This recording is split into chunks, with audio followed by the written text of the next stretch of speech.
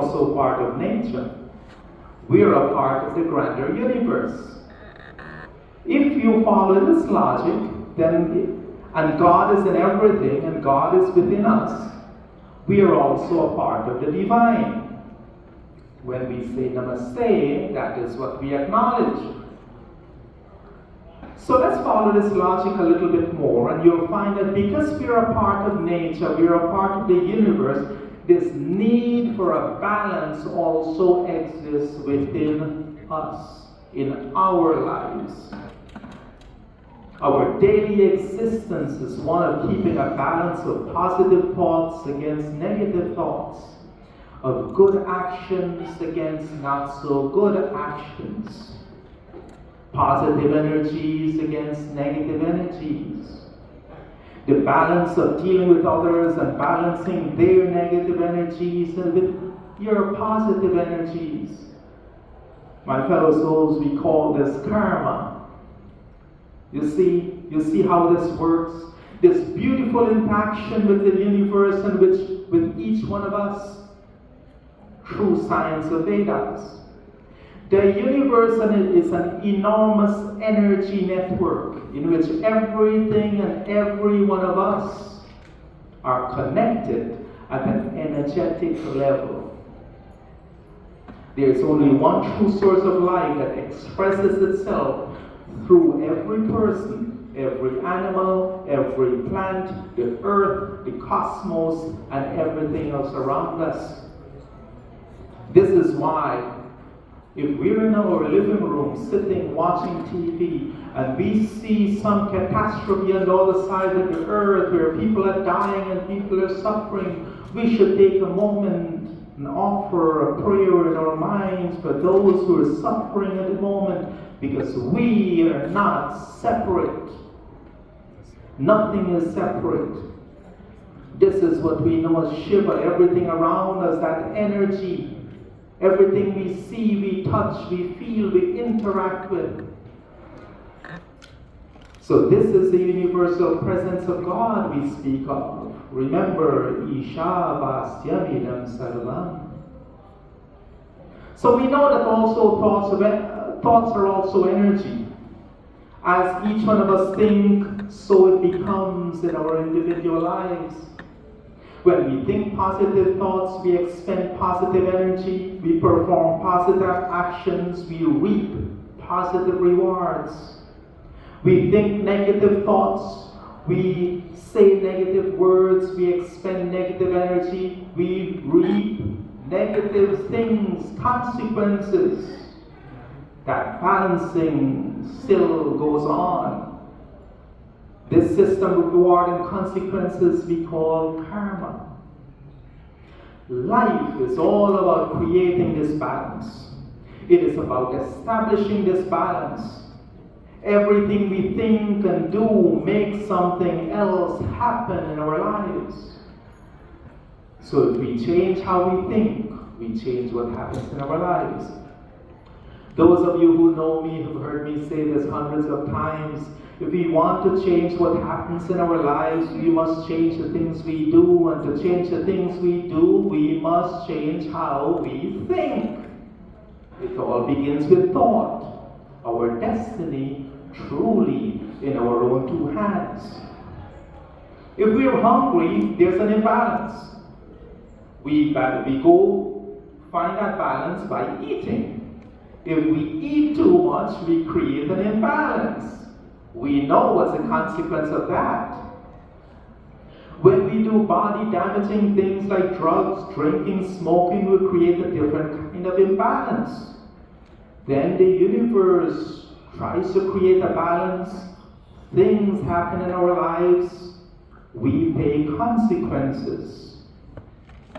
When we do mean things to others, we dislike, we gossip, we hate, we encourage bitterness. We create an imbalance. The universe rewards us again. We pay the consequences. Yes, we reap what we sow. We give hate to the universe, we get more of hate. We give sadness and suffering to the universe, we get more of the same. We give pain to others, we get more of pain. But when we show love and compassion and caring and kindness, when we give a helping hand to those who are in need, we're creating a balance, but in our favor. The universe now balances those actions by causing good things to happen in our lives. Life simply then is a balancing act, but one over which we do have control. This is where we're expected to use our intellect to help create this balance in our lives and in our favor. If you follow this thought process through, you'll find that if we do not exercise this body, we do not take care of it, we suffer the consequences. When we take care of this body, then we get good health. Now there's more, and this is very important that I'd like to share with you. If you think for a moment, energy does not need wires to be transmitted. There's no wires between the sun and the earth, yet the sun's energy keeps plants and earth and us alive. If someone told you 30 years ago that you could charge something wirelessly, you would have told them they're crazy. Now you can charge your phones wirelessly. So, as a part of this energetic network, let's examine how we interact with the rest of the universe. And this is a key part of my presentation to you today. In the summertime, many of us, we have a backyard full of plants, right? I plant mostly flowers and a few vegetables I enjoy immensely. Today in this discussion, I will tell you something that I hope, if you don't know, will forever change the way you look at plants and how each one of us look at the universe around us. And this too is Vedic science. I won't read mantra for the lack of time, but Swasti no me mitamashvina bhakta, you all know that mantra. Praying for Swasti, good quality of life from the nature. So imagine in the springtime and summertime, the plants in your backyard, they're healthy, you love your plants. You water them, you take care of them, and if you're like me, you go out there and you talk to them in moments of oneness. So imagine for a moment that it's a beautiful, gorgeous, clear day. You come home from work, you're feeling a bit tired. You go and you sit among your plants or on your favorite hammock. You breathe a sigh of relief and you enjoy the beauty of the day and you're tired. 10 minutes later, for some reason you cannot understand, you feel energetic and alive. How many of you have experienced this? How many of you have experienced this? Now let's examine what happened there. You were so tired, but all of a sudden you feel really, really good. You remember we talked about how energy flows from the thing of high energy to the thing of low energy? Well, this is what happened. Collectively, the plants are more energetic than you are. You were tired. And what happened was energy flowed from them to you, and you felt energetic. They gave you of themselves because you were of low energy. Any farmer, any person who loves and enjoys nature will tell you how alive the outdoors make them feel. It is the reason why half of my office at work is covered in plants. And yet, it is so sad that so many people, there are among us, who are in fear of walking barefooted upon Mother Earth, to feel their toes in the cracks of the earth. Now let's examine the opposite scenario. Imagine for a moment that you do not take care of your plants. They're trying and wilting in the hot sun, they're crying for water, they're near dying. It's a beautiful Saturday morning. You only water them when you remember, but they're near dying. It's a beautiful Saturday morning, you're not working, you decide to go outside and catch up on your phone calls. So you sit among your dying plants. 10 minutes later, for whatever reason, you cannot understand, you feel drained. Let's examine what happened. Yes, energy flowed from you who was energetic, high level of energy, to that which was lacking energy, because you did not take care of those things around you. Yes, energy flows from highest to lowest. You felt sluggish after a while. My brothers, my sisters, we must see and understand that oneness principle between us and the universe. Even the plants are an extension of us. Do you see this? The life force which keeps them alive is the same very life force which keeps you alive. No different. Your prana is a part of that universal prana of God that keeps everything else alive. From Samveda and Rig Veda, Tam Oshadhita Direka Rabham Hritvayam Tamapo Agnim Janayanta Matara Tam It Samanam Vaninischa Virudho Antavatischa Suvatecha Vishvaha. Won't go into details, but this talks about from seed to through its growing. That energy of God, divine energy, is in the seed and through the growing process, even in the water. Energy as in water. You see, my fellow souls, this balancing act is happening around us all the time. All the time, and in this effort to create a balance between us and the universe, we must be conscious of this. This life is all about focusing on things to create this balance. As human beings and as children of God, we are also gifted. God, universe, nature has equipped us with this thing we call intellect. This ability to rationalize, to understand, to make choice, to create that balance in our favor. Or in many cases, a balance for which we pay the consequences. So we must think about how we can create this balance in our favor. And when we do, it will lead to peace of mind, to happiness, love, kindness, compassion, empathy, and sympathy. If we do this, we will continue to reap the rewards and not suffer the consequences. Our Balivaishadeviyachna is not an offering into the fire. Our Balivaishadeviyachna is a way of thinking, of non-harming. Our Balivaishadeviyachna is something that we should be practicing every single day. So today, in closing, I want to remind all of us that, my brothers and sisters, the whole world becomes a better place if we realize that we are not separate. We are not separated from this beautiful, energetic network of God.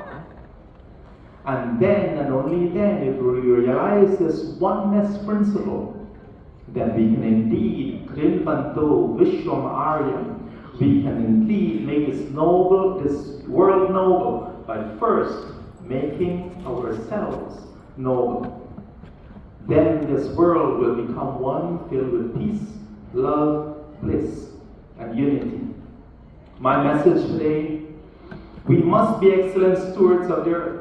Simply because we're not separate from our Mother Earth, but a part of Prithvi Mata. From her bosom we have come, and after this journey, that is where this body shall go. Today I pray that each one of us understands and feel the divine presence within. That we feel the kindness of oneness with earth, the animals of the earth, the plants of the earth, and with each other.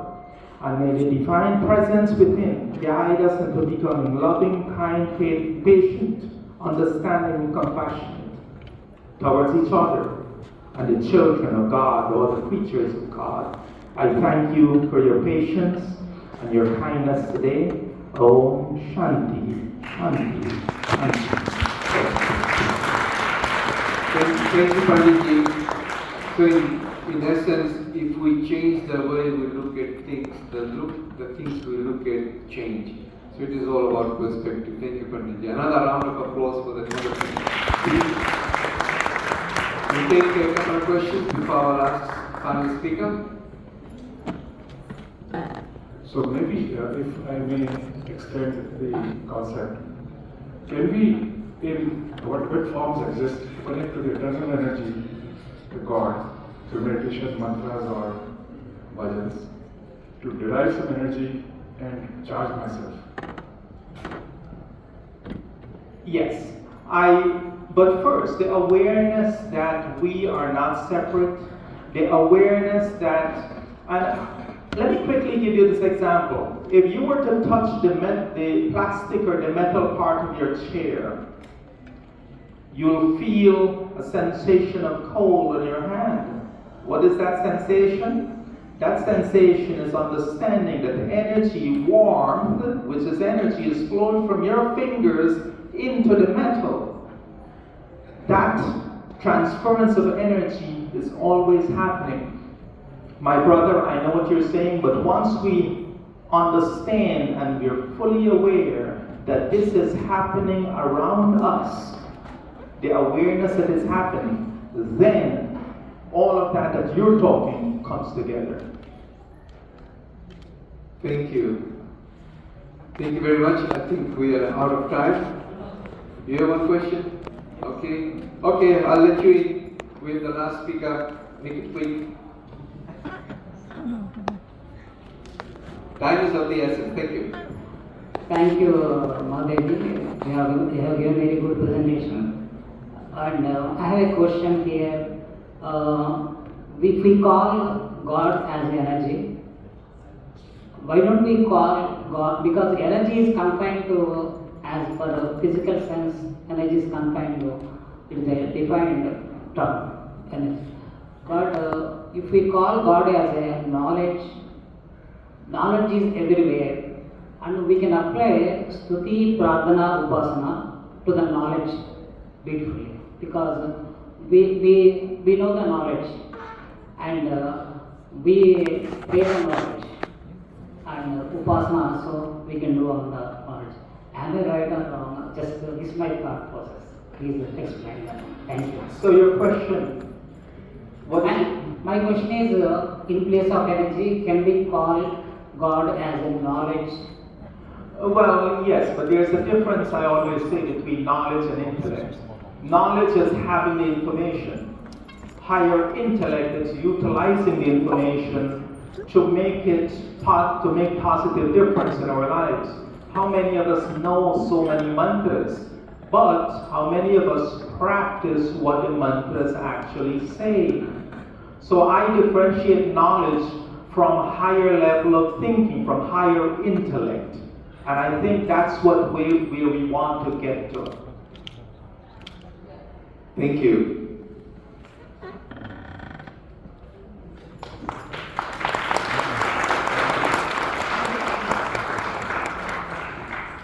I'll request Dr. Arora. Dr. Arora sitting here to honor our speaker. Dr. Arora, please.